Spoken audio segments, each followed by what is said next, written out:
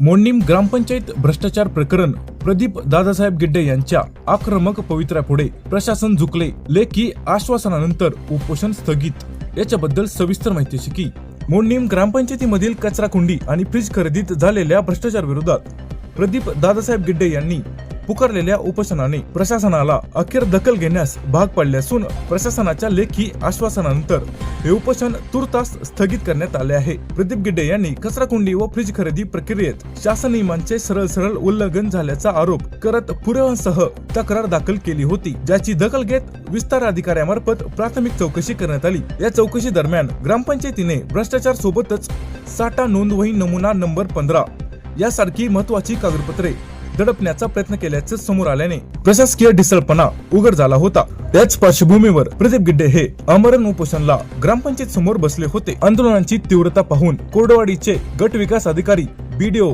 यांनी स्वतः उपोषणस्थळी धाव घेत दोषींवर थेट फौजदारी गुन्हे दाखल करण्याचे आणि सरपंच आणि ग्रामसेवकांना 7 दिवसात कारणे दाखवा नोटीस बजावण्याचे आणि चौकशी पूर्ण होईपर्यंत संबंधित कामांची सर्व बिले रोखण्याचे लेखी आश्वासन दिले आहे। प्रशासनाने मागितलेल्या 7 दिवसांच्या मुदतीचा मान राखून प्रदीप दादासाहेब गिड्डे यांनी उपोषण मागे घेतले असले तरी दिलेल्या मुदतीस ठोस कारवाई न झाल्यास अधिक तीव्र स्वरूपाचे आंदोलन छेडण्याचा इशारा यावेळी त्यांनी दिला, ज्याच्यामुळे संपूर्ण तालुक्यात या प्रकरणाची चर्चा रंगली आहे। ब्युरो रिपोर्ट अभिषेक पवार, ETV न्यूज 24।